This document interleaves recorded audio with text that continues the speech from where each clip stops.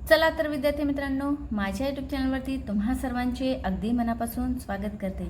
तर विद्यार्थी मित्रांनो, वॅकेशन चालू आहे, तुम्ही सर्व खूप चांगले असतील आणि आपला वॅकेशन एन्जॉय करत असतील।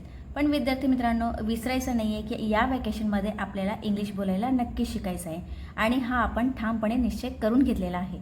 तर आज आपला बेसिक इंग्लिश स्पीकिंगचा हा 14th म्हणजे 14वा दिवस आहे। तर या व्हिडिओमध्ये आज आपण सेंटेन्स वाईज सिच्युएशननुसार आपण जे सेंटेन्स पाहणार आहोत ते सेंटेन्सेस आपण आज थोडेसे आपण समजावून सांगणार, म्हणजे मी तुम्हाला या व्हिडिओमध्ये सेंटेन्सेस जे देणार आहे ते तुम्हाला थोडेसे समजावून सुद्धा सांगणार आहे। ठीक आहे, म्हणजे आपण मराठी एक्सप्लेनेशन या ठिकाणी थोडंसं समजावून म्हणजे डीपमध्ये आपण या ठिकाणी आज पाहणार आहोत। तर विद्यार्थी मित्रांनो, जर सेंटेन्सेस तुम्हाला समजून घ्यायचे असेल तर व्हिडिओ पूर्ण पाहायचा आहे, स्किप करू नका। आणि हो, जर चॅनलवरती नवीन असतील तर बेल आयकॉन प्रेस करून घ्यायचं आहे, चॅनलला सबस्क्राईब करून घ्यायचं आहे आणि कनेक्टेड राहायचं आहे माझ्यासोबत। तर विद्यार्थी मित्रांनो, आपण या ठिकाणी आज सिच्युएशन घेतलेली आहे ॲट शॉप, म्हणजे दुकानामध्ये असताना, आपण बाजारामध्ये असताना आपण सेंटेन्सेस पाहून घेतलेले आहेत मागील व्हिडिओमध्ये। आणि आज आपण शॉपमध्ये असताना म्हणजे तुम्ही एखाद्या दुकानामध्ये असताना कशा पद्धतीने कन्व्हर्सेशन कराल ते आपण या ठिकाणी पाहणार आहोत। पहिला सेंटेन्स आहे I want to by this, मला हे घ्यायचं आहे।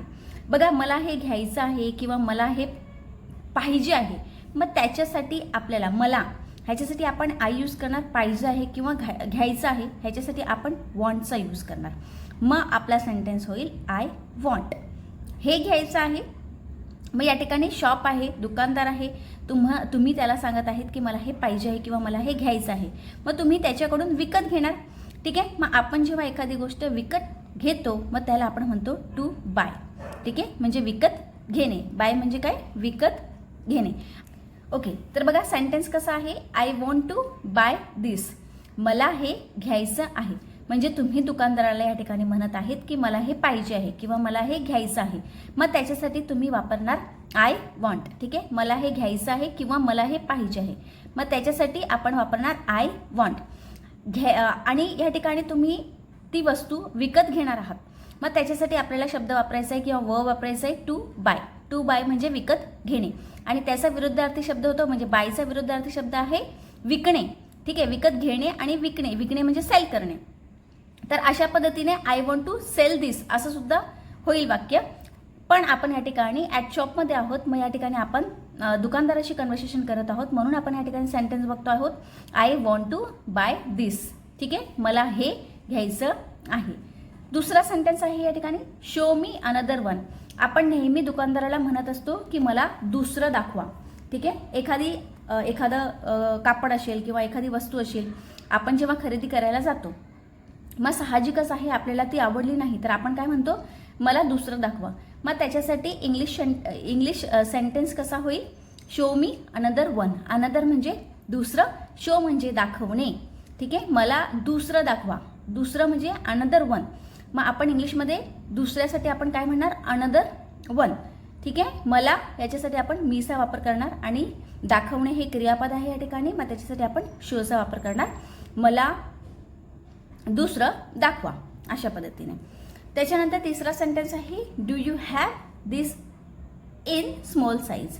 Do you have this in small size म्हणजे हे स्मॉल साईजमध्ये आहे का, किंवा हे सेंटेन्स तुम्ही अशा पद्धतीने सुद्धा वापरू शकता, do you have this in big size. ठीक आहे, तुम्हाला ज्या पद्धतीने सेंटेन्स ह्यामध्ये चेंज करायचं आहे त्या पद्धतीने तुम्ही सांगू शकता, हे स्मॉल साईजमध्ये आहे का किंवा हे बिग साईजमध्ये आहे का।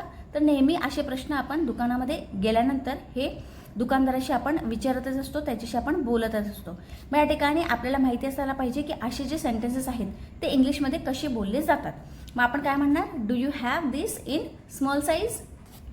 त्याच्यानंतर आपण म्हणतो एखादी वस्तू आपल्याला आवडली, आपण म्हणतो ना हे चांगलं आहे, आपण म्हणणार दिस इज गुड, हे चांगलं आहे, दिस इज गुड। सिंपल सेंटेन्स आहे। ठीक आहे, हे म्हणजे दिस, ठीक आहे साठी आपण यूजचा वापर केला आणि गुड म्हणजे चांगलं, दिस इज गुड, हे चांगलं आहे। त्याच्यानंतर पुढचा सेंटेन्स आहे आय विल टेक इट। ठीक आहे, साहजिकच आपल्याला एखादी वस्तू आवडली तर आपण ते काय घेणार, ते काय करणार, आपण घेणार। मग या ठिकाणी आपण वाक्य बघूया, आय विल टेक इट, मी हे घेईन। ठीक आहे, विलचा वापर केलेला आहे, म्हणजे या ठिकाणी कोणता काळ येणार आहे तर भविष्यकाळी येणार आहे. मग वाक्य कसं होईल की मी हे घेईन, आय विल टेक इट. तर अशा पद्धतीने एखाद्या दुकानामध्ये आपण जर गेलो, हे जे 5 सेंटेन्सेस आहेत हे नॉर्मली आपण कोणत्याही दुकानामध्ये गेलो तर आपण हे 5 सेंटेन्सेस वापरू शकतो. म्हणून हे 5 सेंटेन्स लक्षात ठेवायचे आहेत, डोक्यामध्ये फिट्ट बसून घ्यायचे आहेत आणि हे सेंटेन्स आपण एखाद्या दुकानामध्ये गेल्यानंतर यूज करायचे आहेत, बोलण्याचा प्रयत्न करायचा आहे, जेणेकरून आपला कॉन्फिडन्स लेवल वाढेल. आता आपण दुसरी सिच्युएशन या ठिकाणी पाहून घेऊया. तर विद्यार्थी मित्रांनो, वॅकेशन चालू आहे, ठीक आहे, आणि आपण काय करतो, या वॅकेशनमध्ये फिरायला जातो, हॉटेलात जातो, रेस्टॉरंटमध्ये जातो आणि रेस्टॉरंटमध्ये गेल्यानंतर मोठ्या मोठ्या रेस्टॉरंटमध्ये थोडीशी इंग्लिश येणे ही खूप महत्त्वाची आहे. मग आपण त्या ठिकाणी इंग्लिशमध्ये कशा पद्धतीचे सेंटेन्स वापरणार ते आपण या ठिकाणी पाहूया. तर पहिला सेंटेन्स आपण या ठिकाणी बघूया. I am very hungry. मला खूप भूक लागली आहे. हंग्री म्हणजे काय? भूक, ठीक आहे. आय एम व्हेरी हंग्री, मला खूप भूक लागली आहे. अशा पद्धतीने आपण म्हणू शकतो रेस्टॉरंटमध्ये गेल्यानंतर. असे सेंटेन्सेस आपण छोटे छोटे सेंटेन्सेस या ठिकाणी मी घेतलेले आहेत. त्याच्यानंतर आहे गिव्ह मी द मेनू. मग या ठिकाणी जो मेनू कार्ड असतो ना, रेस्टॉरंटमध्ये गेल्यानंतर मेनू कार्ड आपल्याला सर्वात प्रथम दिला जातो, ठीक आहे. जर नाही दिला तर आपण काय म्हणणार? गिव्ह मी द मेनू, मला मेनू द्या. अशा पद्धतीने आपण रेस्टॉरंटमध्ये थोडंसं इंग्लिश बोलण्याचा प्रयत्न करू शकतो. तिसरा सेंटेन्स आहे आय वॉन्ट टी, ठीक आहे. मला चहा हवा आहे. आता आपण रेस्टॉरंटमध्ये गेल्यानंतर जो वेटर असतो तो आपल्याला विचारतो ना, तुम्हाला काय पाहिजे, तुम्ही काय घ्याल. मग या ठिकाणी आपण म्हणू शकतो आय वॉन्ट टी, मला चहा हवा आहे. त्याच्यानंतर पुढचा सेंटेन्स आहे द फूड इज टेस्टी, ठीक आहे. The food is tasty. Food म्हणजे काय? जेवण. मग या ठिकाणी आपण सेंटेन्स कसं बघूया. या ठिकाणी बघा, जेवण चविष्ट आहे. टेस्टी म्हणजे काय? चविष्ट. आपण टेस्टीला मराठीमध्ये चविष्ट म्हणतो. मग जेवण चविष्ट आहे, मग त्याच्यासाठी इंग्लिश सेंटेन्स होईल द फूड इज टेस्टी. मग या ठिकाणी आपण म्हणतो ब्रिंग द बिल, म्हणजे बिल आणा. मग असे छोटे छोटे सेंटेन्सेस, ब्रिंग द बिल म्हणजे काय? बिल आणा. असे छोटे छोटे सेंटेन्सेस आपण एखाद्या रेस्टॉरंटमध्ये गेल्यानंतर वापरू शकतो, जेणेकरून आपला तिथेही गेल्यानंतर आपण असे छोटे छोटे सेंटेन्सेस वापरले तर आपली प्रॅक्टिस नक्कीच होणार आहे आणि आपला जो कॉन्फिडन्स लेवल आहे इंग्लिश बोलण्याचा तो सुद्धा या ठिकाणी वाढणार आहे. असे छोटे छोटे सेंटेन्सेस वापरूनच किंवा असे छोटे छोटे सेंटेन्सेस बोलूनच आपण काय करणार आहोत? इंग्लिश बोलण्याचा प्रयत्न या 30 डेजमध्ये करणार आहोत. नेक्स्ट सिच्युएशन आपण या ठिकाणी पाहून घेऊया. विद्यार्थी मित्रांनो, मागे म्हटल्याप्रमाणे की आता वॅकेशन चालू आहेत म्हणजे आपण ट्रॅव्हल तर करतोच, ठीक आहे. वॅकेशनमध्ये आपण इकडे तिकडे फिरायला जातो किंवा आपण आजीकडे जातो, मामाकडे जातो आणि अशा वेळेस आपल्याला ट्रॅव्हलमध्ये किंवा इन बस, मग अशा सिच्युएशनमध्ये आपण कशा पद्धतीने इंग्लिश बोलणार ते आपण या ठिकाणी पाहणार आहोत. पहिला सेंटेन्स आपण या ठिकाणी पाहून घेऊया. Where are you going. Where are you going, तू कुठे जात आहेस. गो म्हणजे जाणे, हे सर्वांनाच माहिती आहे. आणि या ठिकाणी ना आता हा क्वेश्चनार्थी म्हणजे प्रश्नार्थी हा सेंटेन्स आहे, प्रश्नार्थक सेंटेन्स आहे. मग प्रश्नार्थक सेंटेन्समध्ये इंग्लिश जेव्हा आपण सेंटेन्स बनवणार ना, मग त्यावेळेस ना पहिला जो शब्द असतो तो इंग्लिश जो असतो तो क्वेश्चन म्हणजे जो प्रश्नार्थक शब्द आहे तो या ठिकाणी आपल्याला पहिले यूज करायचा असतो इंग्लिश सेंटेन्स बनवताना, ठीक आहे. मराठीमध्ये तसं नाही आहे बघा. मराठीमध्ये तू कुठे जात आहेस असा प्रश्न शेवटी विचारलेला आहे, पण इंग्लिशमध्ये जेव्हा आपण हा सेंटेन्स जेव्हा आपण बनवणार तेव्हा मात्र या ठिकाणी प्रश्नार्थक शब्दाचा सुरुवातीलाच आपण या ठिकाणी वापर करणार आहोत, हे लक्षात ठेवायचं आहे. मग कुठेसाठी आपण काय वापरणार आहोत? तर वेअरचा वापर या ठिकाणी करणार आहोत. कुठेसाठी? वेअरचा वापर करणार आहोत. आर म्हणजे आहेस, यू म्हणजे तू आणि गोईंग म्हणजे जाणे, ठीक आहे, म्हणजे जात आहेस. आता ही जी क्रिया आहे ना ती अपूर्ण आहे, म्हणून या ठिकाणी वेअर आर यू गोईंग, तू कुठे जात आहेस म्हणजे क्रिया या ठिकाणी पूर्ण झालेली नाही आहे. हे आपण मागील व्हिडिओमध्ये सर्व एक्सप्लेनेशन सोबत पाहिलेलं आहे, ठीक आहे. पुढचं सेंटेन्स आपण या ठिकाणी पाहून घेऊया. I am going to school, ठीक आहे. I am going to Mumbai, I am going to Pune. अशा पद्धतीने तुम्ही या ठिकाणी जिथे तुम्ही जात असाल त्या ठिकाणी तुम्ही अशा पद्धतीचे वर्ड्स ठेवून सेंटेन्स बनवू शकता. I am going to school, मी शाळेत जात आहे, किंवा I am going to Mumbai, मग या ठिकाणी मी मुंबईला जात आहे, असं तुम्ही या ठिकाणी सेंटेन्स हे बनवू शकतात. हे अतिशय सोपे सेंटेन्सेस मी घेतलेलं आहे. त्याच्यानंतर आपण जेव्हा बसमध्ये असतो तेव्हा आपण कंडक्टरला म्हणतो ना की इथे थांबवा, मग सोपा सेंटेन्स आहे स्टॉप हिअर. अगदी सोपा सेंटेन्स आहे, फक्त 2 शब्दांचा हा सेंटेन्स आहे, पण खूप महत्त्वाचा आहे. इथे थांबा, मग त्याच्यासाठी आहे स्टॉप हिअर. त्याच्यानंतर आपण जेव्हा बसमध्ये बसतो तेव्हा आपण तिकीट किती आहे हे नेहमी विचारतच असतो.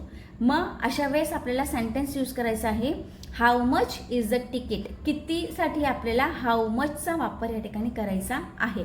हाऊ मेनीचा वापर करायचा नाही, हाऊ मचचा वापर करायचा आहे. How much is the ticket. Ticket किती आहे. तर नेहमी हा प्रश्न आपण कंडक्टरला विचारतच असतो, म्हणून हा जो सेंटेन्स आहे तो लक्षात ठेवायचा आहे, how much is the ticket. त्याच्यानंतर पुढचा सेंटेन्स आहे आय नीड अ तिकीट. मला तिकीट हवं आहे. I need a ticket. मला तिकीट हवं आहे. ठीक आहे. अशा पद्धतीचे सेंटेन्सेस आपण ट्रॅव्हलमध्ये, ठीक आहे, किंवा बसमध्ये असताना, ट्रॅव्हलमध्ये आपण जेव्हा बसमध्ये असतो, मग बसमध्ये असताना आपण असे छोटे छोटे सेंटेन्सेस आपण या ठिकाणी यूज करू शकतो आणि इंग्लिश बोलण्याचा प्रयत्न आपण नक्कीच करू शकतो. असे छोटे छोटे सेंटेन्सेस आपण पाहणार आहोत या 30 डेजमध्ये. आणि खूप तर नाही, फ्लुएंटली नाही, पण येस आपण थोडी थोडी इंग्लिश नक्कीच बोलण्याचा प्रयत्न करणार आहोत. पण विद्यार्थी मित्रांनो, त्याला प्रॅक्टिसची गरज लागणार आहे. हे मी प्रत्येक व्हिडिओमध्ये सांगतच असते. फक्त व्हिडिओ पाहिल्यानंतर तुम्हाला इंग्लिश येणार असं होणारच नाही आहे की व्हिडिओ पाहिला, तुम्ही झोपले आणि सकाळी तुम्ही फराटेदार इंग्लिश तुम्हाला यायला लागली, तर असं काहीच होणार नाही आहे. विद्यार्थी मित्रांनो, जेवढे तुम्ही सेंटेन्सेस या ठिकाणी पाहत आहात, जेवढे तुम्ही सेंटेन्सेस या ठिकाणी पाहत आहात ते सगळे सेंटेन्सेस तुमच्या लक्षात असायला पाहिजेत. कोणते शब्द, कोणते सेंटेन्सेस कसे वापरलेले आहेत, मराठीमध्ये अर्थ काय आहे आणि आपण त्याचा वापर कोणत्या सिच्युएशनमध्ये करणार आहोत, हे सगळं तुम्हाला लक्षात ठेवायला लागणारच आहे. तर अशा पद्धतीने आपण या ठिकाणी आज 3 सिच्युएशन या व्हिडिओमध्ये पाहिलेली आहे. तर आशा करते विद्यार्थी मित्रांनो की हा व्हिडिओ तुम्हाला आवडला असेल. जे सेंटेन्सेस आहेत ते तुम्हाला समजले असतील, ते सेंटेन्सेस तुम्हाला लक्षात राहिले असतील. आणि जर हा व्हिडिओ आवडला असेल तर लाईक, शेअर आणि सबस्क्राईब करायला मात्र विसरू नका विद्यार्थी मित्रांनो. आणि येस, कॉमेंटमध्ये बघा, तुम्ही तुमची सिच्युएशन द्याल ना, तर मला व्हिडिओ बनवणे अतिशय सोपं होईल. म्हणजे तुम्हाला कोणत्या पद्धतीचे सेंटेन्सेस पाहिजे आहेत किंवा तुम्हाला कोणत्या पद्धतीचे अशी वाक्य पाहिजे आहे जेणेकरून तुम्हाला इंग्लिश बोलता येईल लवकरात लवकर.